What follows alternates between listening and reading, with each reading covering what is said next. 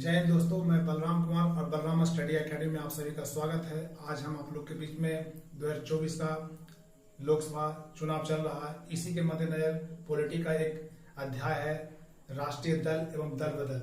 तो इसके क्या शर्त हैं, दल बदल क्या है, तो हम लोग वही देखेंगे।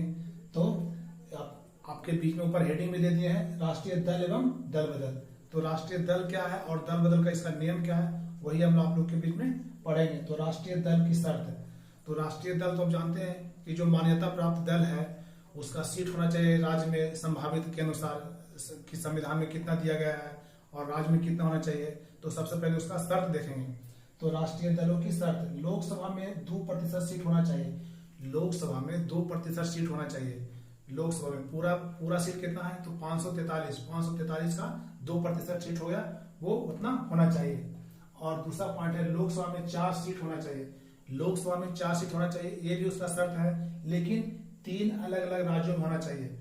4 सीट होना चाहिए लेकिन 3 अलग अलग राज्यों में। लोकसभा में 6% वोट होना चाहिए। जितना वोट लोकसभा में पड़ता है किसी एक प्रत्याशी को या पूरे क्षेत्र को, उसमें 6% होना चाहिए लोकसभा में वोट। और ये महत्वपूर्ण आपके लिए पॉइंट है कि 4 राज्यों में क्षेत्रीय दल होना चाहिए। कोई जैसे कि अगर राष्ट्रीय पार्टी है तो उसका मतलब 4 दलों में 4 राज्यों में मतलब उसका पार्टी का राष्ट्रीयकरण होना चाहिए। जैसे मान लीजिए कि बीजेपी है तो बीजेपी का तो बहुत सारे पार्टी है, कांग्रेस है तो बहुत सारे राज्यों में उसका है। आम आदमी पार्टी है तो आम आदमी पार्टी का है, पंजाब में है, दिल्ली में है और इन सभी राज्यों में, गुजरात में है। तो मतलब 4 राज्यों में होना चाहिए। अगला पॉइंट है क्षेत्रीय दल के लिए विधानसभा का 8% वोट होना चाहिए। क्षेत्रीय दल है, जो क्षेत्रीय दल क्या है, जैसे आरजेडी क्या है, ये सब क्षेत्रीय दल है। और आम आदमी पार्टी क्षेत्रीय दल है। तो क्षेत्रीय दलों के लिए विधानसभा का 8% वोट होना चाहिए। विधानसभा में कितना, 8% वोट होना चाहिए। और इसमें हम लोग ये देखेंगे कि जो 23 मार्च 2023 को नया आंकड़ा के अनुसार 23 मार्च 2023 के अनुसार हमारे देश में 6 राष्ट्रीय पार्टी थी। 6 राष्ट्रीय पार्टी थी। कितना, अब ये आपसे क्वेश्चन पूछेगा कि हमारे देश में राष्ट्रीय पार्टी की संख्या कितनी है, तो 6 राष्ट्रीय पार्टी है। कब के अनुसार, 23 मार्च 2023 के अनुसार। और 57 राज्य पार्टियां हैं। 57 है जो राज्य पार्टियां हैं, राज्य में चुनाव करती है। और अगला पॉइंट है 2764 गैर मान्यता प्राप्त पार्टी है। 2764 पार्टी है। ये 23 मार्च 2023 के अनुसार 2764 पार्टी गैर मान्यता प्राप्त, यानी कि छोटी छोटी पार्टियां हैं, राज्य में हो गए, राज्य में ही है लेकिन छोटी छोटी पार्टियां हैं। 2764 गैर मान्यता प्राप्त पार्टियां हैं।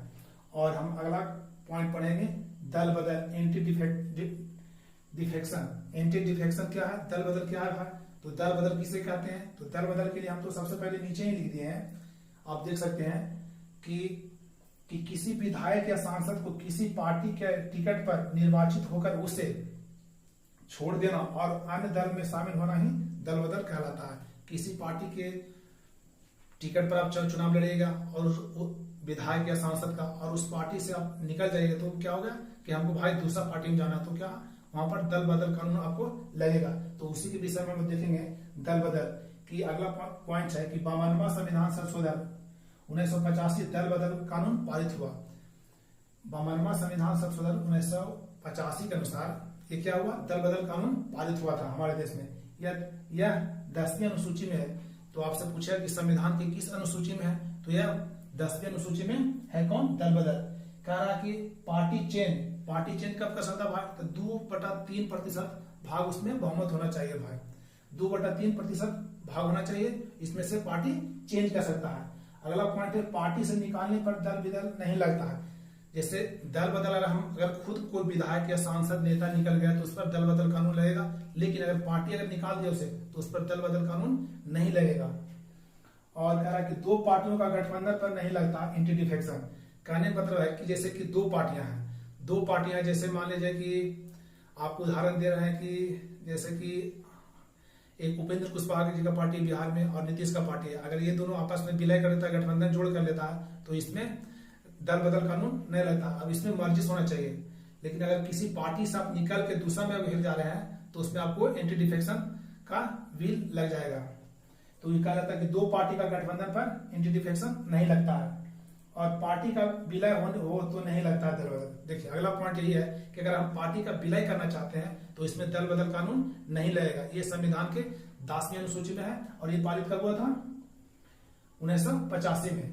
एंटी डिफेक्शन दल बदल कानून। निर्दलीय उम्मीदवार पर लगता है दल बदल। निर्दलीय उम्मीदवार पर दल बदल कानून लगेगा क्योंकि वो इस पार्टी से उस पार्टी में जाता है तो निर्दलीय पर लगेगा दल बदल कानून। और अगला पॉइंट है कि मतदान में अनुपस्थित रहने पर अगर किसी पार्टी में आप किसी पार्टी से संबंधित नेता हैं, विधायक हैं और 15 दिन तक आप अब्सेंट हैं तो आप माफी मांग सकते हैं। कह रहा कि मतदान में अनुपस्थित रहने पर 15 दिन में माफी मांगना पड़ेगा आपको कि भैया हम इस कारण से अनुपस्थित रहे, इसके लिए माफी। अगर नहीं ऐसा आप करते हैं तो इसके लिए आपको दल बदल कानून आप पर लग सकता है। अगला पॉइंट है कि मतदान विपरीत पार्टी को करते हैं तो दल बदल कानून लगता है। जैसे आप किसी पार्टी से, बीजेपी या कांग्रेस से, और किसी वोट दूसरे पार्टी कर रहे हैं तो आप पर यह दल बदल कानून लग सकता है। और सबसे लास्ट में है नोट में जो हम आपको पहले बताएं कि किसी विधायक या सांसद को किसी पार्टी के टिकट पर निर्वाचित होकर उसे छोड़ देना और अन्य दल में शामिल होना ही दल बदल कहलाता है। तो आशा करते हैं कि आप लोग को राष्ट्रीय दल और दल बदल समझ में आ गया होगा और अच्छे लगे तो एक बार इसका स्क्रीनशॉट ले लें और वीडियो को लाइक शेयर और सब्सक्राइब जरूर करें। जय हिंद।